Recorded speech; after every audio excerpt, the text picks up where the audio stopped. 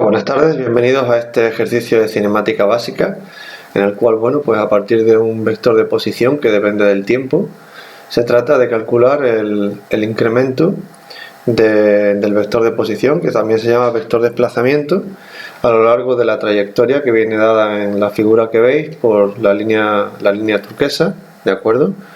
Y entre los instantes de tiempo t igual a 1 y t igual a 2. En este caso hemos hecho un dibujo general en 3D, pero que el movimiento se realiza en el plano. Bueno, entonces para calcular el incremento de R, el vector de desplazamiento, que es R2 menos R1, es el vector de diferencia entre los dos vectores de posición para cada uno de los dos instantes de tiempo. Bueno, pues para ello vamos a considerar ese ejemplo concreto, ¿de acuerdo?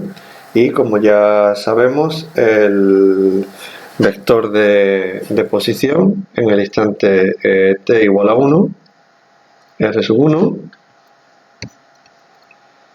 pues se va a calcular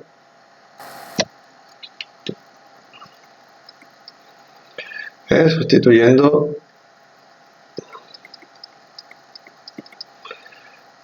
t igual a 1 segundo tanto aquí en la coordenada x como en la coordenada y. Entonces tendríamos en este caso 6 por 1 más 2 y más 3 por 1 multiplicado por j. ¿Bueno? Muy bien, entonces este vector de posición, r sub 1 en t igual a 1, bueno, queda 8i más 3j. De la misma manera, r sub 2, el vector de posición r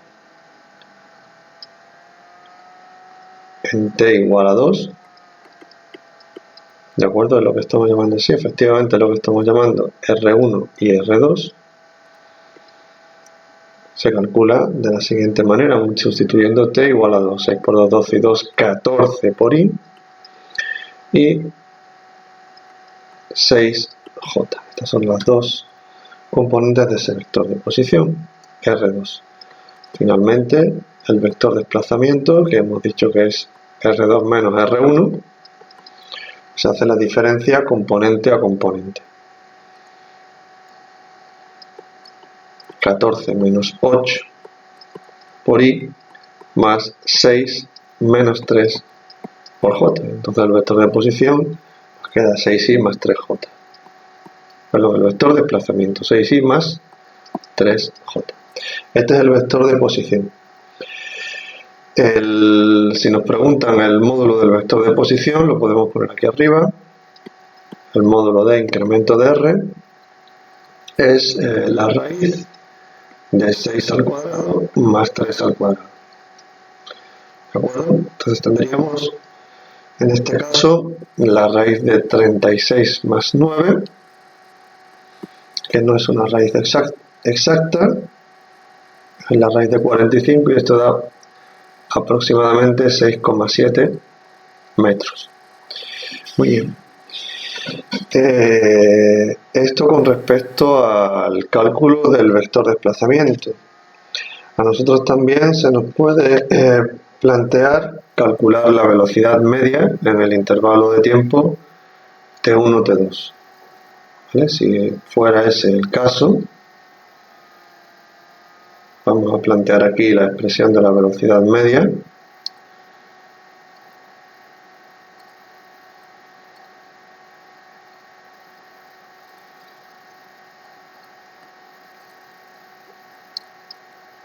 Vamos a plantear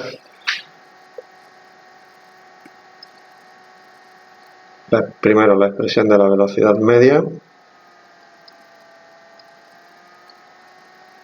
expresión vectorial de la velocidad media. ¿Vale? Que sería igual a 6i más 3j dividido por 1, que es el incremento de t. Es decir, que la velocidad media es un vector también, que es 6i más 3j. Vale, esta es la velocidad en ese intervalo de tiempo. Muy bien. Vale, a partir de ahí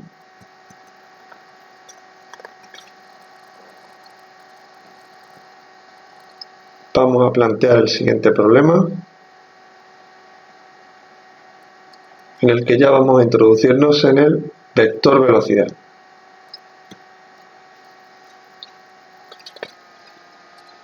Hay que tener claro que el vector velocidad hace referencia a la velocidad instantánea y que en general tendremos una expresión vectorial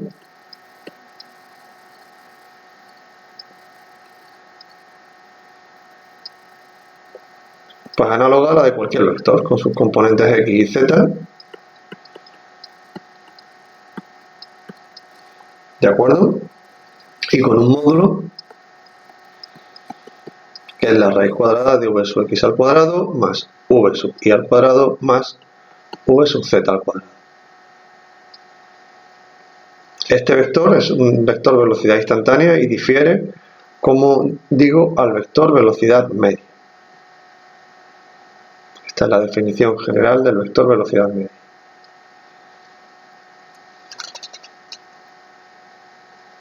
Bien, en este caso,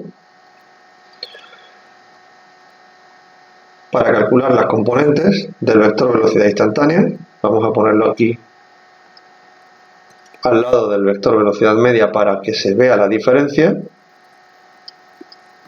Si nos piden el vector velocidad instantánea, hay que calcular la derivada del vector desplazamiento con respecto del tiempo. En el caso del ejemplo que nos ocupa, de nuevo estamos en el plano, la derivada de la componente x es 6, la derivada de 6t más 2 es 6 y luego la derivada de la componente y es 3. ¿De acuerdo? Entonces en este caso no tenemos componente z y el módulo de la velocidad es 6 al cuadrado más 3 al cuadrado, lo mismo que antes, no es una raíz exacta,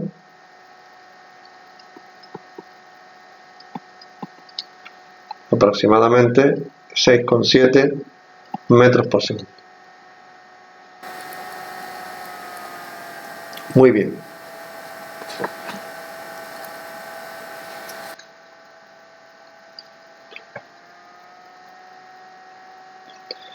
Una vez explicado esto, la diferencia entre velocidad media y velocidad instantánea, vamos a hacer un ejercicio completo. Vamos a considerar un movimiento unidimensional, una partícula que se mueve a lo largo del eje X.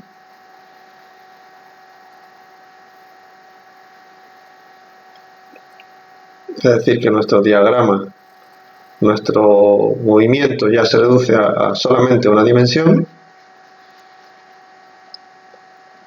Aunque vamos a dejar siempre este dibujo para que veáis que realmente lo que estamos considerando son casos particulares.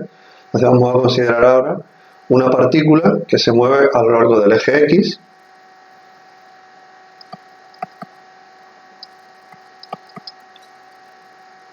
en el sentido positivo y su posición viene dada por la coordenada X 2t al cuadrado más 1. Muy bien, entonces hay que calcular la velocidad media en los siguientes intervalos de tiempo. El primer intervalo de tiempo es de 1 a 2 segundos. El siguiente intervalo de tiempo va a ser de 1 a 1,1 segundos. Y el siguiente intervalo de tiempo va a ser de 1, vamos a poner una flecha para que se simbolice mejor, de 1 a 1, fijaros bien, 0,0001. Muy bien. Si nosotros aplicamos la definición de velocidad media, hay que calcular, repito, la velocidad media en cada uno de estos intervalos. Vamos a plantearnos solamente calcular el módulo. Consideremos primero la velocidad media en el intervalo que va de 1 a 2. Vamos a expresarla así. Entonces aplicamos la definición del módulo de la velocidad media, que es incremento de r entre incremento de t. En este caso es incremento de x entre incremento de t, porque es que el caso particular es que nuestro r es solamente x por y. He puesto j, lo voy a borrar. El vector unitario x por y. ¿De acuerdo? Y por j y z por k no existen en este caso. ¿De acuerdo? Muy bien. Entonces, en este caso, el incremento de x es simplemente sustituir los tiempos, x sub 2 menos x sub 1, en lugar de r2 menos r1. El incremento de x sale 6 metros y el tiempo es un segundo, ¿de acuerdo? Entonces, en este caso, la velocidad media, lo podéis ir calculando vosotros, es 6 metros por segundo. Es inmediato, ¿eh? La velocidad media entre 1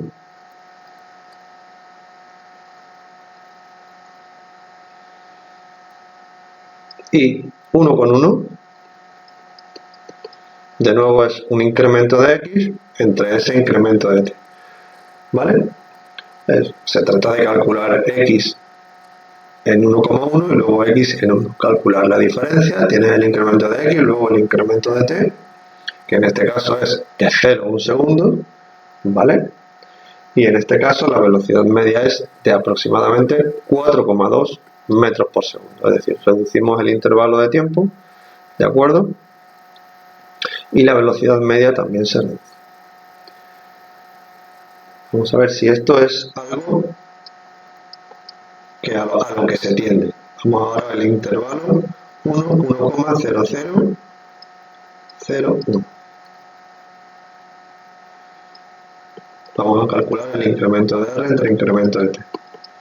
Entonces, en este caso, nuestra velocidad va a ser 4,002 metros por segundo. Esto ya cogéis vosotros la calculadora y hacéis las cuentas. Entonces, mirad, nuestro valor de 6 metros por segundo pasa a 4,2 y pasa a 4,002. ¿De acuerdo? Si cogiéramos un intervalo de tiempo cada vez más pequeño, es decir, un número lo suficientemente cercano a 1, si por ejemplo cogiéramos en lugar de 1,00001, cogemos un cerito más, ¿vale? Es decir, cogemos 1,000001, bueno, pues realmente la velocidad va a observarse que tiende a 4, ¿de acuerdo? Muy bien. Es decir, que cuanto más pequeño es el intervalo de tiempo, más aproximada es la velocidad en el tiempo de partida, en un segundo. ¿Esto suena a qué? Pues suena a la definición de derivada. Vamos a ver en definitiva que realmente esta velocidad media en este intervalo de tiempo tan corto coincide con la velocidad instantánea, ¿vale? Entonces, para ello voy a hacer sitio arriba,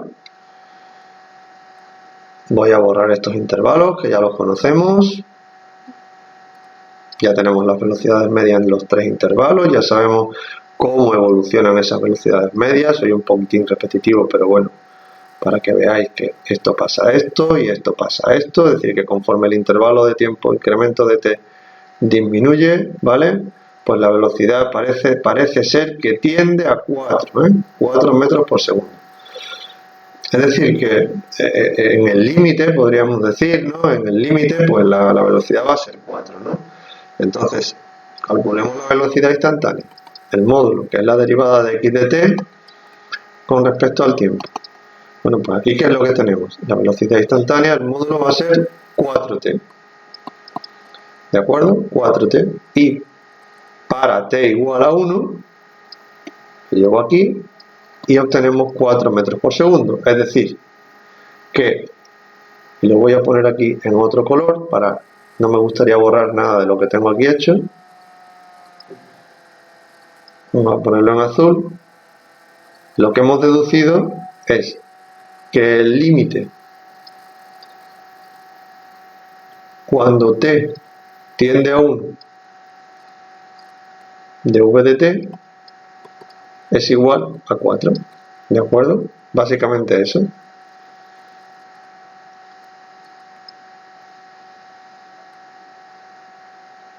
Y también hemos deducido, que es lo mismo, que el límite cuando incremento de t tiende a ser de incremento de v entre incremento de t, pues a eso se le llama velocidad instantánea, v. ¿De acuerdo? Esto en cuanto a lo que se refiere de la velocidad media, la velocidad instantánea, el vector de posición, movimientos que pueden ser en 2 dimensiones, movimientos que pueden ser en una dimensión. Vamos a introducir ahora la nueva magnitud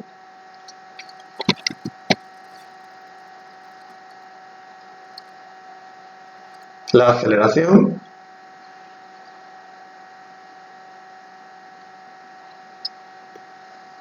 que bueno, pues al igual que introdujimos la velocidad instantánea y la velocidad media, se introduce como la variación de la velocidad en un intervalo de tiempo que puede o no puede ser infinitesimal. Pero bueno, lo más fácil es empezar y poner un ejemplo. Nuestro vector de aceleración instantánea, lo voy a poner por aquí, nuestro vector de aceleración instantánea es la derivada del vector velocidad con respecto al tiempo. ¿Que hay 3 coordenadas? Pues derivo cada una de las 3 coordenadas de manera independiente, ¿vale? Así, por ejemplo, igual que hicimos antes con la velocidad, que se derivaban las 3 coordenadas del vector de posición, pues ahora derivo v sub x con respecto al tiempo y lo multiplico por y, luego derivo v sub y con respecto al tiempo y lo multiplico por j, y luego derivo v sub z con respecto al tiempo y lo multiplico por k. Y ya tengo, ¿de acuerdo?, las 3 componentes de la aceleración.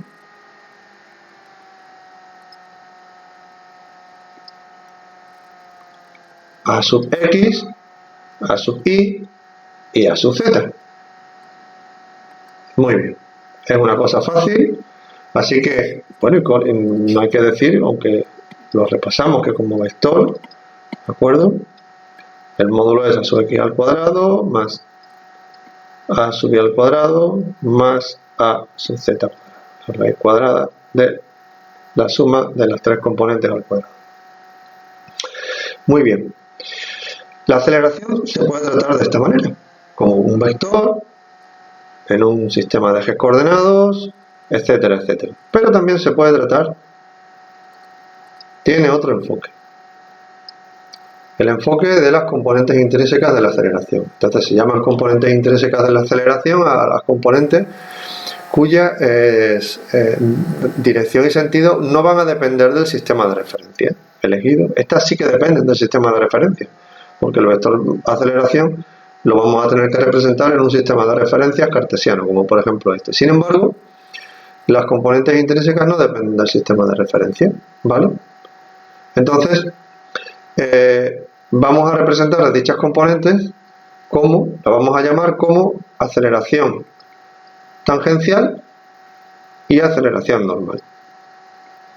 De manera que el vector aceleración, que repito, se puede poner como ax por y más ay por j más az por k, ¿de acuerdo? Voy a hacerme un huequecito aquí.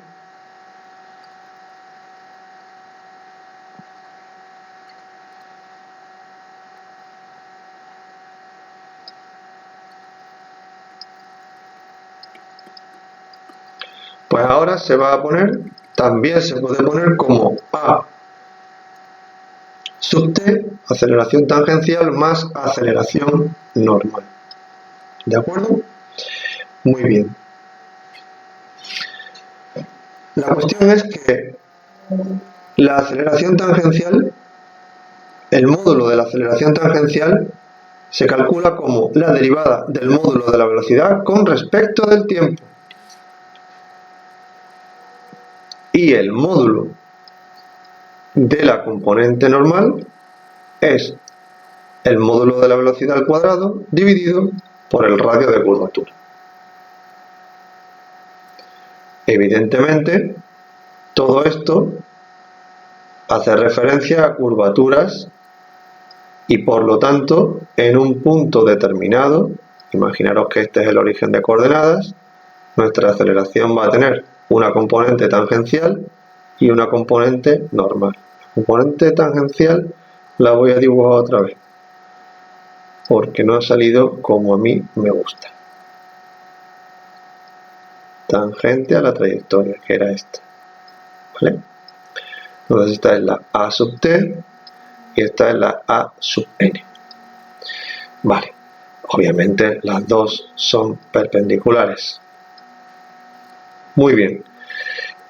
Si el movimiento es rectilíneo,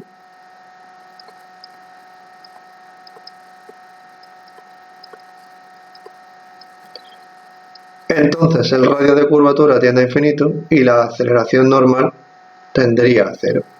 ¿De acuerdo? Pero en cualquier otro tipo de movimiento, cuando calculemos la aceleración instantánea, debemos tener en cuenta ambos factores.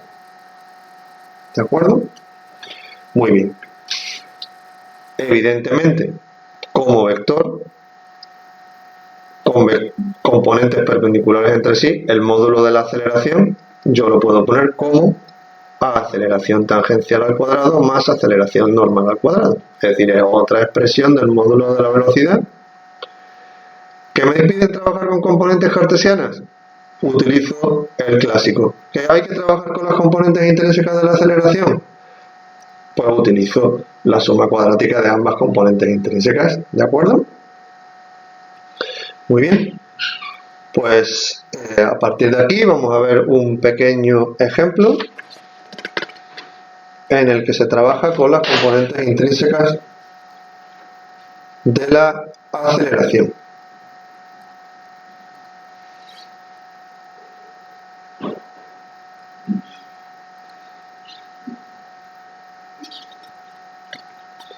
Vamos a suponer un movimiento rectilíneo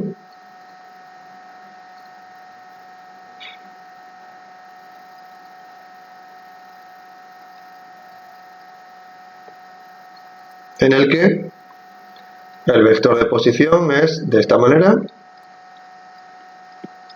y nuestra x de t es 2t cuadrado. Muy bien, entonces a partir de aquí ya sabemos nosotros cuál es la velocidad instantánea. 4t por i. Y ya sabemos cuál es la aceleración instantánea. 4 por i. Si comparamos la expresión de la aceleración que acabamos de obtener con la expresión que tenemos aquí, de la suma de la componente tangencial y la componente normal, automáticamente, como sabemos que es rectilíneo el movimiento y que la aceleración normal es cero, la aceleración tangencial será t4. Y esto es un caso particular. En cualquier otro tipo de movimiento, pues habrá que calcular la derivada del módulo de la velocidad con respecto al tiempo y el módulo de la velocidad al cuadrado con respecto al dividido por el radio de giro. ¿De acuerdo?